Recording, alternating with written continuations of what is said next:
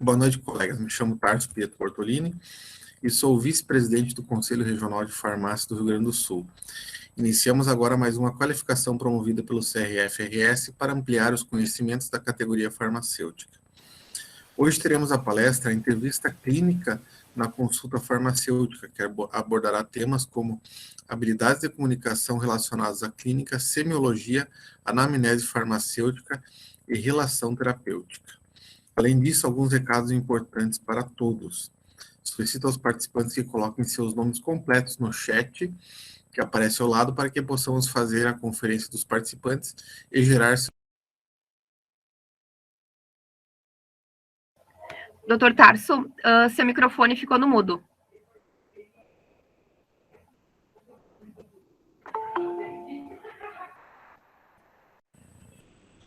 Alguém apertou no meu microfone, sem querer, eu acho. Vamos de volta. Estamos escutando agora? Sim. Antes disso, alguns recados importantes para todos. Solicito aos participantes que coloquem seus nomes completos no chat, que aparece ao lado, para que possamos fazer a conferência dos participantes e gerar seus certificados via acesso restrito após o evento. Pedimos também que todos fiquem com seus microfones no mudo, para evitar ruídos durante a apresentação. Informamos que a apresentação será gravada.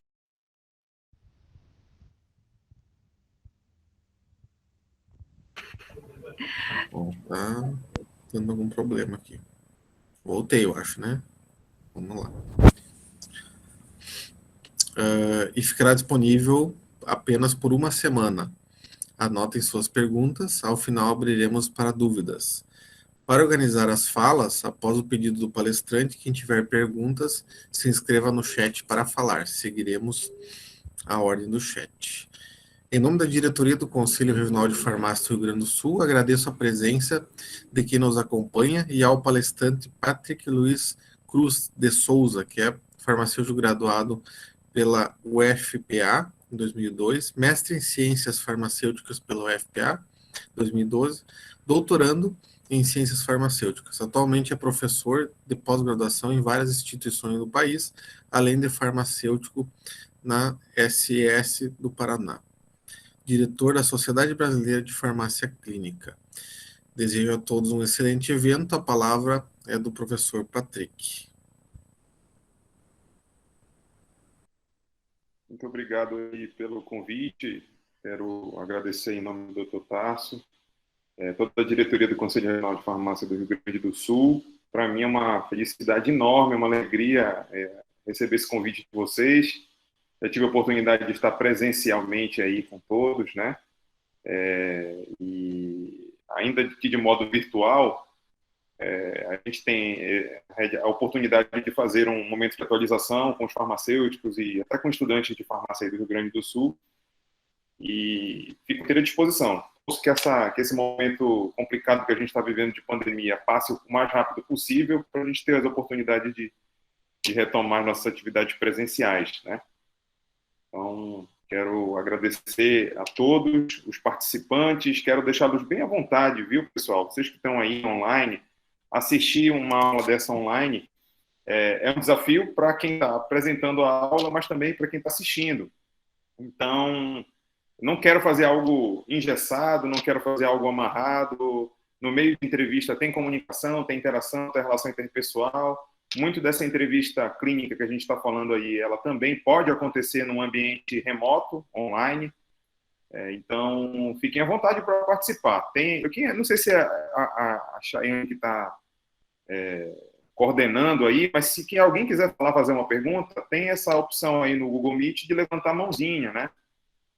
Ou então participar no chat também. Então, fiquem à vontade, tá? Fiquem à vontade mesmo. Esse momento de interação. Ainda que online é um momento de interação. Eu não sou o sapiente que vim aqui ensinar nada a vocês. Eu vim trocar uma experiência, um pouco de informação, vou fazer uma apresentação para vocês, mas é o momento mesmo de a gente interagir, ainda que seja num ambiente virtual. Quem assistiu algum curso meu presencial aí no Rio Grande do Sul, que eu já fui, acho que umas 3 ou 4 vezes aí, sabe que eu faço muitas dinâmicas, né? Muitas dinâmicas. E eu gosto dessas interações.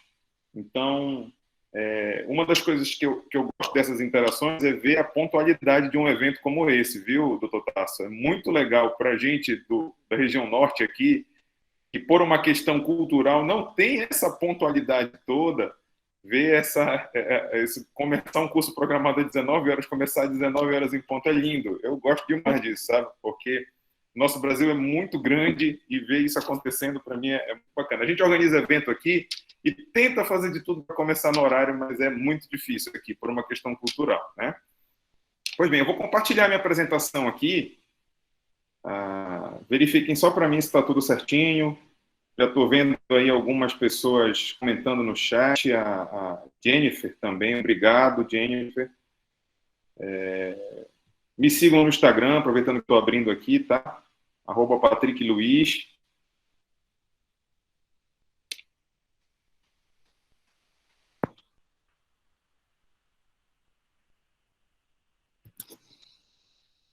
Verifiquem se está tudo certinho, se vocês estão vendo. Abriu sim. Ótimo. Então eu vou iniciar. Eu não vou projetar toda a apresentação, tá bom? Eu vou deixar ela desse jeito aí, porque de vez em quando eu quero interagir, ver o que está no chat também, tá? Então eu vou falar um pouquinho para vocês sobre a entrevista clínica no contexto da consulta farmacêutica. A gente já tem aí 100 pessoas online, que é muito legal. Eu já fui apresentado, mas eu queria muito abrir um canal de interação com vocês pela mídia social, especialmente pelo Instagram, que é a mídia social que eu mais utilizo profissionalmente. Então, você que está assistindo aí, pode jogar lá dá um print, depois joga lá no teu Instagram, adiciona, @PatrickLuiz, tá? É a mídia social que eu mais tenho usado profissionalmente. Então, para falar de consulta farmacêutica, de entrevista clínica, é importante entender um pouco do contexto geral, enxergar de uma maneira geral com quem é que o farmacêutico interage através da consulta, interage através de serviços clínicos, interage através desse contato, dessa relação interpessoal. Cada vez mais a sociedade vive alguns fenômenos importantes. Entre eles, a gente pode destacar o envelhecimento populacional, que é um fenômeno no Brasil mais marcante a partir do ano 2000. Então, a partir do ano 2000, o IBGE fez uma projeção de que a população de idosos no Brasil dobraria, e hoje nós estamos em 2020 e a gente tem mais ou menos o dobro da população de idosos que a gente tinha no ano 2000, então cerca de 18, 16% da população. As campanhas que precisam que arrecadam doações e que precisam entregar essas doações às pessoas certas. Pronto. Acontece, faz parte dos eventos online, né, Shane? Pronto, desativei o som aqui. Tranquilo. Então, quanto mais idade eu tenho, quanto mais envelhece, quanto mais idosos tem, mais idade eu tenho, mais eu convivo com doenças crônicas. E o próprio IBGE também destaca aí que acima de 64 anos, cerca de 80% dessa população acima de 64 anos, ela tem pelo menos uma doença crônica. Pelo menos uma. Quando tiver prática clínica aí, tanto na farmácia comunitária, como em atendimentos ambulatoriais, a gente vê que a gente tem o combo, né? Às vezes a diabetes, hipertensão, dislipidemias, problemas de saúde mental, então doenças crônicas mais diversas, não é só uma. E quanto mais doença crônica a gente tem, mais medicamentos a gente precisa tomar para controlar essas doenças, né? Que não tem cura, tem controle. E quanto mais medicamentos eu tomo, maior é a probabilidade de eu ter algum evento, algum problema relacionado ao medicamento. Especialmente quando o paciente é polimedicado, isto é, quando ele faz uso de 5 ou mais medicamentos. Então, quanto mais idade eu tenho, mais doenças crônicas eu tenho, e quanto mais doenças crônicas eu tenho, mais medicamentos eu acabo tomando. Quanto mais medicamentos, maior a chance e o risco de ter algum problema. O Ministério da Saúde destaca na pesquisa PENA1 que entre os pacientes que são considerados polimedicados, 82% deles têm pelo menos algum problema relacionado a medicamento, e isso está estratificado de diversas formas aí. Eu tenho a técnica de administração dos medicamentos incorreta, se é um dispositivo inalatório, se é a aplicação de uma insulina, né? Às vezes, na casa do paciente que está abrindo uma cápsula, fracionando o comprimido, triturando o comprimido, porque o paciente não toma comprimido. Então, eu tenho pacientes que não iniciam o tratamento, automedicação inadequada, que é cada vez mais frequente, muito frequente, digo melhor, muito frequente entre pacientes se automedicar, e muitas vezes a escolha do medicamento na automedicação, ela não é apoiada por um profissional de saúde, ela é feita de forma cultural, de uma maneira que faz com que a escolha seja inadequada, em função da realidade do medicamento. Ele para de tomar o medicamento de forma indevida, né, com antibióticos, com medicamentos para tratamento da hipertensão, por exemplo, por achar que não é hipertenso, por achar que a pressão está normal, ele para de tomar. No fim de semana, é muito frequente isso, quem trabalha em farmácia, eu trabalhei 8 anos no balcão de uma farmácia, e é muito frequente, quinta, sexta-feira, o paciente chegar e dizer assim, doutor, eu vou tomar uma cervejinha hoje com meu compadre e eu queria saber se eu posso tomar um remédio. Eu tenho que tomar esse remédio, eu vou parar. Então, não pode, porque ele interage. Aí ele, tudo bem, doutor. A gente pensa que ele não vai beber, ele para de tomar o remédio. E aí ele para de tomar o remédio no fim de semana e depois ele vê que descontinua o tratamento. Então, são situações aí que acontecem com uma certa frequência, né? Muito bem. Então, os problemas relacionados a medicamentos são frequentes e a sociedade, ela precisa do farmacêutico. Cada vez mais ela precisa do farmacêutico, só que ela não sabe que precisa do farmacêutico. Isso não é um senso comum. As pessoas falam de saúde e pensam em outros profissionais, né? Pensam em outras realidades. E a gente precisa, além de fazer o nosso papel bem feito, a gente precisa exercer uma missão paralela, que é ser formador de opinião e mostrar para a sociedade que ela precisa da gente, que existem demandas que só nós farmacêuticos podemos atender, nós farmacêuticos podemos resolver na vida, na questão de saúde dos pacientes idosos, polimedicados, crianças, enfim, nessa realidade que a gente vive, nesse panorama, tá bom? E é por isso que vocês estão aqui hoje, é por isso que a gente está aqui discutindo esse tema hoje, tá bom? Uma das nossas missões além de desenvolver nosso trabalho, conscientizar a sociedade de que existe uma demanda social que só nós podemos atender enquanto farmacêuticos, porque temos um conhecimento relacionado a essa questão aí, né?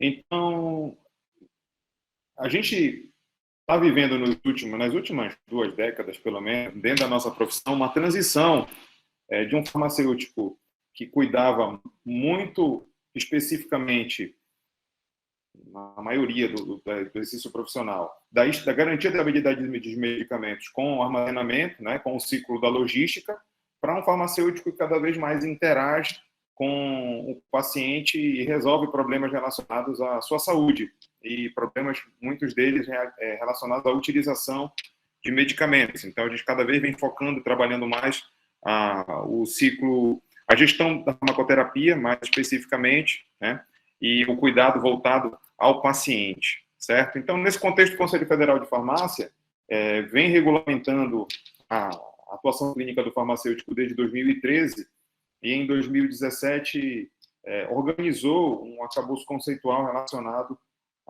aos serviços que o farmacêutico desenvolve no cuidado em saúde e no cuidado das pessoas, né? E dentre eles a gente pode destacar uma série deles, como rastreamento em saúde, dispensação, manejo de problemas autolimitados, a própria educação em saúde, conciliação de medicamentos, monitorização terapêutica, revisão da farmacoterapia, gestão em condição de saúde e acompanhamento farmacoterapêutico. Todos eles são serviços clínicos e todos eles precedem a atuação do farmacêutico no sentido de que esse farmacêutico precisa, antes de realizar propriamente dito do serviço ou durante a realização do serviço, ter contato direto com o doente, e esse contato envolve uma relação interpessoal, uma consulta, uma entrevista clínica, uma interação, um questionário, uma anamnese, de diversas formas. Oi, prof. Tu consegue aumentar o slide para conseguir visualizar melhor a apresentação? Consigo. Eu não queria só projetar, mas eu consigo aumentar sim, tá? E aqui, ó, não precisa a gente se deter tanto aos detalhes de letras aí nesse momento. Eu vou focar mesmo no conteúdo, como o objetivo de hoje é uma palestra, então não vou aprofundar tanto, eu vou dar uma apanhada geral. Para falar nisso, qual é o tempo que eu tenho? Só para eu me organizar aqui no sentido de... Posso Agora terminar antes das 10 horas, não? Pode ser até às 8, prof. Mais uns 35 minutos? Tá ótimo, tá ótimo. Então, vou avançando aqui para dar tudo certo. Então, o Conselho Federal de Farmácia organizou esse arcabouço e definiu e unificou e propôs um modelo conceitual do cuidado, né? Do cuidado farmacêutico centrado no paciente, na família e na comunidade. Então, dentro da lógica desse modelo de cuidado proposto pelo Conselho Federal de Farmácia, a gente tem algumas etapas. A primeira etapa é o acolhimento e identificação da demanda, né? Acolher o paciente e identificar a demanda, que é essa seta em amarelo aqui. A primeira etapa em seguida, que é em azul, é identificar as necessidades de saúde do paciente, família e comunidade. Então, nesse momento, eu tenho a coleta de dados. E essa coleta de dados, ela se dá pela interação direta com o paciente, com a família, com a comunidade ou com outros profissionais. Então, é esse momento que a gente realiza, via de regra, a dita entrevista clínica, a coleta de dados, a coleta das informações. Né? Para quê? Para que eu, a partir da coleta das melhores informações, das informações mais fidedignas que estão descritas aqui nessa etapa em azul, eu possa planejar e realizar intervenções, que é a etapa em amarelo, e, posteriormente, avaliar os resultados dessas intervenções. Então, esse é o ciclo do cuidado farmacêutico. Portanto, é a primeira etapa, a etapa mais importante, que eu vou coletar essas informações, buscando levar para o paciente a dita farmacoterapia ideal, e a farmacoterapia ideal é focada naqueles 4 pilares que a gente conhece, que é a necessidade dos medicamentos que utiliza, efetividade, segurança e adesão. Né? Então, nesse contexto, a gente avalia os riscos da farmacoterapia, o não alcance dos objetivos terapêuticos, a ocorrência de eventos nocivos ou eventos adversos, que é uma balança de efetividade e segurança, né? E também identificando possíveis eventos adversos, resultados negativos, enfim. Então, nesse contexto, a gente tem que conciliar uma série de informações, coletar informações que são repassadas, que às vezes são informações incorretas, na prática mesmo. Eu que trabalhei na rotina de farmácia, tinha paciente que solicitava assim, olha, eu quero um remédio bom para a garganta. Era a queixa principal. Ele chegava com esse, tá muito frio aqui na minha cidade e eu estou com a garganta seca, a garganta está me incomodando, eu quero um remédio bom para a garganta. Aí você faz a pergunta, dentro da entrevista, e pergunta para ele, o senhor já tomou alguma coisa? Ele diz assim, já tomei sim. O que foi que o senhor tomou? Eu tomei como eu já ouvi muito aqui, né, na minha região, eu já tomei um antidesinflamatório. Um antidesinflamatório que ele já tomou. E aí, se você pega essa informação que ele lhe deu, o dito antidesinflamatório, e extrapola no teu raciocínio que é um anti-inflamatório, você tem uma informação, que ele tomou um anti-inflamatório. Se você não se dá por satisfeito e pergunta qual o nome do medicamento, como ele é e por aí vai, você vai ver que, às vezes, o que ele diz, o que ele chama de antidesinflamatório, a gente pergunta qual o medicamento, qual o nome desse medicamento, desse antidesinflamatório que o senhor tomou. Ele diz assim, amoxicillina. Então, às vezes, você vai ver que não era um anti-inflamatório, era um antibiótico, por exemplo. Então, saber diferenciar, coletar, não se dá por satisfeito com as informações que são passadas da maneira como elas são passadas durante a entrevista clínica, pode ser decisivo para a tua conduta, pode ser decisivo para a maneira como você vai guiar o processo de trabalho nesse sentido, tá? E para que a gente possa trabalhar uma boa entrevista, um profissional ele tem que ter alguns elementos, algumas competências individuais que permeiam aspectos de conhecimentos, habilidades, dentre essas habilidades de comunicação em relação interpessoal, atitudes, que é o componente atitudinal, aquele de querer fazer, de querer que as coisas aconteçam, né? E a experiência. A experiência também faz uma diferença muito grande nessa entrevista clínica. Eu me recordo muito bem como era o meu atendimento dos meus primeiros meses de formado e como ele foi amadurecendo, como encaixar melhor as perguntas, como interromper ou deixar o paciente falar. Isso vai muito da experiência com o passar dos meses, com o passar dos anos do atendimento dos pacientes. Perfeito, pessoal? Então, são elementos importantes aí. E é tão importante que, olha, que no contexto das competências para realizar o cuidado farmacêutico, além dos conhecimentos da situação do paciente, que você vai coletar com as informações, do teu conhecimento da fisiopatologia da queixa do cliente, ou da doença que o paciente tem, né? e dos conhecimentos atualizados de terapêutica, isto é, os protocolos clínicos, transversalmente a tudo isso, as habilidades de comunicação são decisivas, fazem muita diferença, tá bom, pessoal? Bom, então, nesse contexto da entrevista que eu falei para vocês, o objetivo de se realizar uma boa entrevista clínica, basicamente, pessoal, é definir a conduta. A tua conduta profissional, ela se dá a partir da conversa que você tem com o paciente, através da entrevista clínica. E o Conselho Federal de Farmácia também organizou isso de uma maneira muito didática, nesse diagrama que eu estou mostrando para vocês aí no slide, que vocês estão acompanhando, do passo a passo desse atendimento, desse cuidado. Então, primeiro é o acolhimento da demanda. No acolhimento da demanda, muitas vezes, você já tem... O paciente ainda nem conversou com você, ele já vem andando da porta da farmácia até o balcão, você já consegue ter, analisando aspectos da comunicação não verbal, fisionomia, postura, posição dos ombros, posição do queixo, se ele está mancando, se ele não está mancando, se ele veio rápido, se ele veio devagar. Tudo isso já compõe, de maneira indireta, uma análise que você faz a respeito da condição dele, dos possíveis problemas que ele pode vir a ter ou não. E acolher essa demanda é muito importante. A partir do acolhimento da demanda e do paciente, deixando ele de uma maneira confortável para que ele possa confiar, conversar, expor as necessidades de saúde dele, eu vou partir para as etapas propriamente ditas da entrevista clínica, que envolve a anamnese farmacêutica e a verificação de parâmetros clínicos. E aí, é importante, porque durante a anamnese farmacêutica, a partir da queixa principal, a partir do que ele traz como queixa, eu vou direcionar perguntas que são perguntas importantes e buscar, basicamente nessas perguntas, possíveis sinais de alerta, né, a partir da queixa, porque existem condições de saúde que o paciente expressa um determinado sinal de alerta, que eu vou precisar identificar ele para um outro nível de atenção, uma urgência emergência, uma consulta especializada, um encaminhamento para exames laboratoriais e consulta com um clínico, por exemplo, ou eu vou manejar na minha condição, no meu contato direto na farmácia, tá? Então, um dos objetivos da anamnese farmacêutica envolve identificar essas necessidades de saúde, que podem ser necessidades medicamentosas, não farmacológicas ou outras situações de saúde, identificar situações especiais e precauções, se é uma paciente que está grávida, se ela está amamentando, se é um paciente renal crônico, hepatopata, são condições de saúde que podem diferenciar a maneira como eu vou tratar, encaminhar ou não o paciente, e também, inclusive, identificar alertas para possíveis encaminhamentos e identificar as necessidades e possibilidades de conduta para eu estabelecer um plano de cuidado, né? Esse plano de cuidado pode envolver medidas farmacológicas, não farmacológicas ou até mesmo outras medidas de saúde, que principalmente são os encaminhamentos. Encaminhamentos a gente pode listar aí outros níveis de atenção à saúde, urgência e emergência, UPA, né?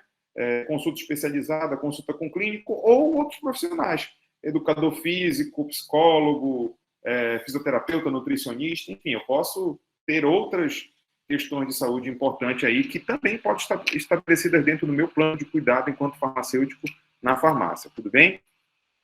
A partir daí, eu defino um plano de cuidado, e a partir da definição desse plano de cuidado, eu disse para vocês as 3 possibilidades: terapia farmacológica, não farmacológica e outras intervenções, principalmente o encaminhamento.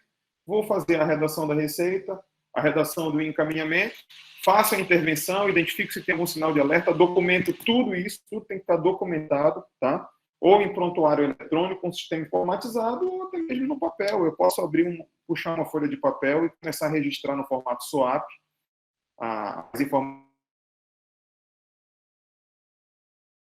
Não está escrito, não existe. Se eu não documentei, não fiz. Então, isso é imprescindível também. A partir daí, desse plano de cuidado, eu defino o tempo de retorno do paciente. A partir do tempo de retorno do paciente, eu vou avaliar se a intervenção que eu fiz é uma intervenção positiva, se o paciente melhorou, se a melhora foi parcial, se não teve melhora ou se teve piora. São 4 possibilidades que a gente identifica aí. Tudo bem, pessoal? Então, essa é a lógica geral do processo de cuidado, tá? Como eu disse para vocês. Então, até o momento, alguma dúvida, pessoal? Alguma questão? Alguém quer levantar a mão aí, quer falar, quer perguntar? Fique à vontade, tá?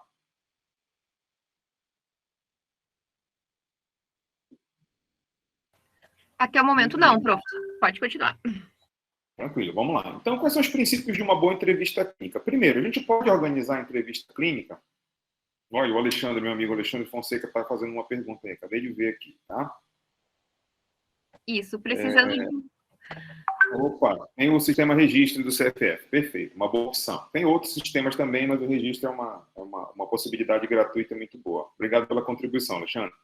Então, olha só, princípios de uma boa entrevista clínica que a gente pode destacar. Primeiro é organizar. Muitos de nós não aprendemos na prática, na graduação, a realizar a dita anamnese, a entrevista clínica, a consulta, a interação, a relação interpessoal. A gente não aprende, não treina com a prática que outros profissionais, outras profissões já desenvolvem. Na prática mesmo isso, no dia a dia de uma faculdade, na graduação, tá? Então, a gente precisa... mas também assim a gente faz no dia a dia da farmácia. E aí é importante que a gente tente organizar o passo a passo dessa entrevista. E aí eu tenho uma proposta que é listada em vários documentos, vários materiais e outros cursos também. E esse slide retrata um pouco do que seria essa proposta. Primeiro, uma introdução, onde você se apresenta. É muito importante essa apresentação, tá, pessoal? Então, você faz uma apresentação, se identifica, e nessa identificação é importante ter uma saudação, dizer o seu nome e dizer que você é farmacêutico, tá? Existem muitas pessoas que vão na farmácia e vê você de jaleco e não conseguem identificar você como um farmacêutico. Pensem em você como um profissional de saúde, como um médico, como um enfermeiro, dentro da farmácia. Tem pessoas que não conseguem enxergar você como farmacêutico. Por isso é fundamental e importante que você se identifique, diga seu nome e diga que você também é farmacêutico, tá? A partir daí você inicia uma coleta de dados. Essa coleta de dados pode estar focada deixando, depois da apresentação, uma pergunta: como posso lhe ajudar, de que maneira eu posso lhe ajudar, o que lhe trouxe aqui hoje.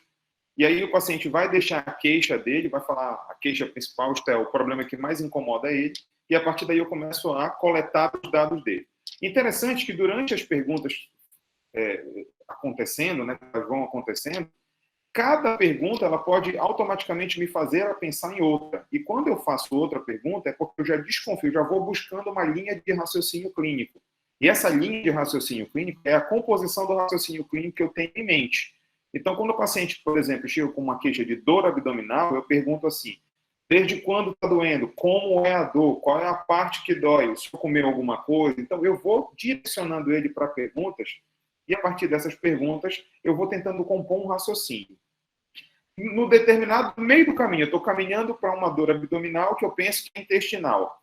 E aí, dependendo de uma das respostas, eu vejo que não é intestinal. E aí eu já começo a pensar em uma outra condição, que não é intestinal. Então, eu vou direcionando as perguntas em função da linha de raciocínio que eu estou compondo, tá? Depois da coleta dessas informações, eu começo a avaliar os problemas e as necessidades do paciente. Isso é a etapa resolutiva, já caminhando para a etapa resolutiva do raciocínio clínico, né? Eu avaliei as necessidades do paciente e, a partir daí, eu defino um plano de cuidado. Aí eu vou parar e dizer: eu estou achando que o senhor está com essa situação e, a partir de agora, eu vou lhe recomendar um medicamento, eu vou lhe recomendar uma medida não farmacológica, eu vou lhe encaminhar para um serviço de saúde. O que o senhor tem precisa de uma avaliação mais aprofundada. O que o senhor tem precisa de exames laboratoriais e por aí vai, né? Eu defino e faço meu plano de cuidado por escrito. Isso faz parte da entrevista clínica também. E eu faço o fechamento. No fechamento, eu tiro as dúvidas. No fechamento, eu defino um período de retorno para uma nova avaliação. No fechamento, eu coloco um canal de comunicação para caso a situação piore, agrave, ele saiba o que fazer, ele saiba como entrar em contato comigo, seja por telefone, seja o telefone da farmácia, seja o horário que eu trabalho na farmácia. E no fechamento, inclusive, eu posso, mesmo encaminhando ele para outros serviços de saúde, para uma urgência e emergência, para uma consulta especializada, eu posso combinar com ele o horário de retorno, o dia de retorno, para eu avaliar o procedimento que foi feito pelo outro profissional e qual foi a conduta do outro profissional. Tudo bem, pessoal? Então, dentro da etapa da coleta de dados, propriamente dita, eu tenho muitas informações para coletar do paciente, dentro da entrevista clínica, que podem ser organizadas nessa dita história clínica dele, que envolve a queixa principal, a história da doença atual, que é o detalhamento da queixa principal, o histórico familiar, a história social, isto é, se ele tem fatores sociais que podem interferir no problema ou não, se ele é fumante, se ele faz uso de bebida alcoólica, se ele faz uso de alguns alimentos especiais, e por aí vai. Se a história médica pregressa, se ele já teve algum sintoma ou outros problemas que podem ter relação direta com essa queixa principal dele, né? E a revisão por sistemas também, que eu posso tentar ter um apanhado geral de outras situações aí. Então, no momento da entrevista clínica, tem muitas possibilidades de perguntas a serem feitas, tá, pessoal? Ocorre que na nossa prática profissional, quem trabalha no dia a dia da farmácia, sabe que a gente não vai perguntar tudo. E aí é que está a sacada de um bom clínico, de um bom farmacêutico que faz a clínica, que é interpretar e, de forma objetiva, fazer as perguntas mais importantes. E, de forma objetiva, ter um direcionamento para a queixa daquele paciente. Por quê? Na nossa prática clínica, a maior parte das ditas consultas, elas giram em torno de 5 minutos. Na prática, no dia a dia do balcão. Então, fazer uma dita consulta em 5 minutos é um desafio. E esse desafio ele tem que ser otimizado ao máximo. Até porque, se houver necessidade de mais informações, eu posso estabelecer um retorno, fazer um acompanhamento com um período de tempo maior, fazer um acompanhamento de semanas, de meses, né? E documentar e registrar todo esse processo. Mas eu precisava mostrar para vocês nesse slide todas as possibilidades que a gente tem de perguntas, por mais que a gente não faça todas elas a todo momento, tá? A gente vai direcionar em função da composição do raciocínio clínico que a gente faz durante a consulta, durante a entrevista clínica, como queira. Tá bom, pessoal? Bom, eu posso falar de todas essas perguntas, de um roteiro, de um passo a passo. Vocês vão ver isso, passo a passo, perguntas a serem feitas, o roteiro e tudo mais. Mas a gente também não pode deixar de entender e acompanhar que o paciente é uma pessoa, um ser humano. Então, a quem de fazer perguntas e registrar as perguntas, anotar e perguntar tudo, eu preciso dedicar, como parte do cuidado em saúde, como parte do cuidado farmacêutico, a atenção de um ser humano para outro ser humano. E essa frase do Mário Quintana é uma frase que eu acho que é muito válida para cada um de nós que trabalhamos com público, com atendimento, que diz assim: quem não compreende um olhar, tampouco compreenderá uma longa explicação, né? Então, muitas vezes, as perguntas que vocês fazem não são respondidas ou são respondidas verbalmente, de uma maneira incompleta, mas o olhar, a expressão facial do paciente, ele te diz muito mais e te direciona, muitas vezes muda o teu caminho do raciocínio clínico, se você conseguir dedicar atenção a ele. Por exemplo, na etapa de queixa principal, é importante que você deixe o paciente falar como ele quer falar, do jeito que ele fala, com as gírias, com as expressões culturais. E é legal porque eu que já dei palestra nesse país todo, sei e posso dizer para vocês que cada região tem jeitos diferentes de falar, de expressar condições de saúde, sinais e sintomas, e por esse motivo, deixe ele falar, não corrija. Se ele chamar um palavrão, se ele falar uma palavra de baixo calão, se ele, enfim, deixe ele falar, que é um momento que você, se você interferir, você pode inibi-lo de relatar uma informação importante por vergonha ou por medo. Às vezes o paciente tem vergonha. Eu trabalho no dia a dia de uma unidade de saúde e eu atendi algumas semanas atrás uma paciente que estava muito nervosa porque eu tinha pedido para ela assinar, para ela anotar uma informação. E eu conversando com ela, eu não me dei conta e ela ficou nervosa na hora, e eu percebi aquilo pela expressão dela, pelo nervosismo dela. Eu disse assim: a senhora quer que eu anote para a senhora? Deixa eu anotar para a senhora, me dê seu papel. E aí, depois que ela viu que eu comecei a anotar, aí ela disse assim: obrigado por você estar anotando, eu não sei ler e escrever. E ela assim, não, quem vê cara não vê coração. A gente pensa que todo mundo sabe ler, todo mundo, né? E às vezes a pessoa não parece que não sabe, e ela não sabia. E eu, num primeiro momento, achei que ela soubesse, olhando para ela. E aí eu tive que ter um momento de identificar isso. E isso se dá pela expressão, pelo nervosismo, pela maneira que ela te olha. Então são detalhes de expressão não verbal que podem fazer a diferença. Perfeito, pessoal? Lembrando sempre que quando o paciente vai para essa entrevista clínica, ele chega cheio de hábitos culturais, tá? Ele tem hábitos culturais importantes.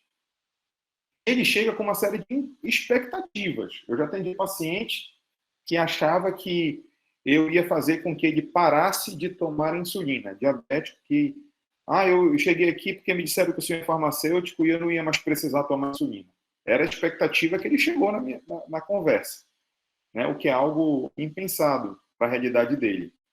E então, as pessoas pensam que a gente vai indicar o remédio que vai curar a doença dela, que a gente, diferente do remédio que os médicos já prescreveram, porque o farmacêutico sabe de coisas que o médico não sabe. Cada um chega com expectativas. É importante identificar tanto os hábitos culturais desses pacientes, como as expectativas que ele tem para a consulta, para que isso tenha influência direta. Isso tem influência direta na minha decisão clínica, no meu raciocínio clínico, na forma como eu vou escolher o plano de cuidado daquele paciente. Se eu desconsiderar isso, eu posso definir plano de cuidado, eu posso indicar procedimentos e condutas para eles que vão fazer com que ele não acate, né? Porque os hábitos culturais, as expectativas dele vão brecar aquele momento, aquela indicação na condição dele. Perfeito, pessoal? Muito bem. Eu estou avançando aqui, porque quero abrir também para as perguntas. Lembrar para vocês que documentar a prática é fundamental, é importantíssimo, tá? E essa documentação da prática é legal, e a gente, dentro da lógica do método SWOP, é importante a gente diferenciar na entrevista clínica dados objetivos de dados subjetivos, tá? É importante a gente diferenciar isso, porque dados, a gente só sabe isso durante a coleta e a entrevista clínica, tá? Dados objetivos são aqueles que eu consigo documentar, que eu consigo comprovar. Vou dar um exemplo para vocês. O paciente chega assim, eu estava em casa e a minha pressão estava 19/11. Isso é um dado objetivo ou é um dado subjetivo?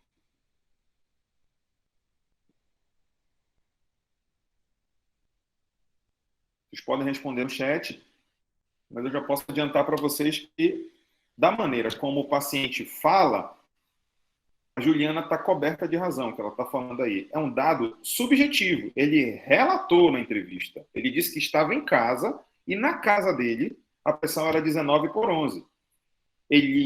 Eu não verifiquei a pressão dele. É uma queixa, é um relato. Então eu vou colocar lá no meu registro: paciente relata em casa pressão arterial de 19/11, de 190 por 110. É diferente de eu dizer assim, o paciente estava com pressão alta em casa. Eu tenho um aparelho de pressão na farmácia, eu gostaria de verificar sua pressão agora. Aí eu verifico a pressão dele agora e eu obtenho um dado de 160/100. E aí, se eu verifiquei e eu vi, está documentado, eu posso escrever no meu prontuário como dado objetivo. Então, a gente precisa diferenciar. E é durante a entrevista, durante a interação, né, durante a consulta, a gente vai diferenciar essas questões.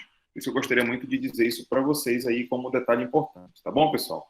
Então, considerando que é uma palestra, considerando que é um tempo que a gente tem para falar um pouquinho disso, o objetivo de toda a palestra é encantar e despertar o interesse de vocês para o tema.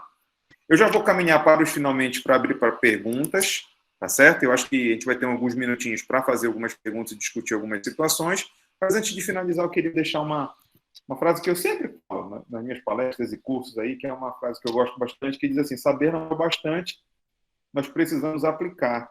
E querer não é o suficiente, nós precisamos fazer, tá bom?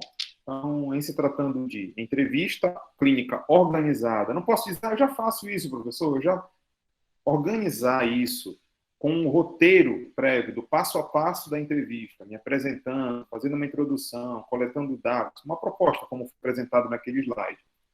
E colocar em prática isso, e documentar o processo, escrever, registrar em prontuário, é muito importante. Não adianta dizer que quer fazer, eu preciso fazer. Tá bom, pessoal? Então, de antemão, agradeço demais o convite e a atenção de cada um de vocês aí à palestra. Me coloco à disposição de vocês nos contatos aí apresentados, tá? Espero que vocês tenham gostado. Caso gostarem, por favor, printem, postem, me marquem aí nas mídias sociais, tá? E a gente tem um tempinho, né, Xande, para fazer umas perguntas e para dúvidas eu estou à inteira disposição aí. Muito obrigado.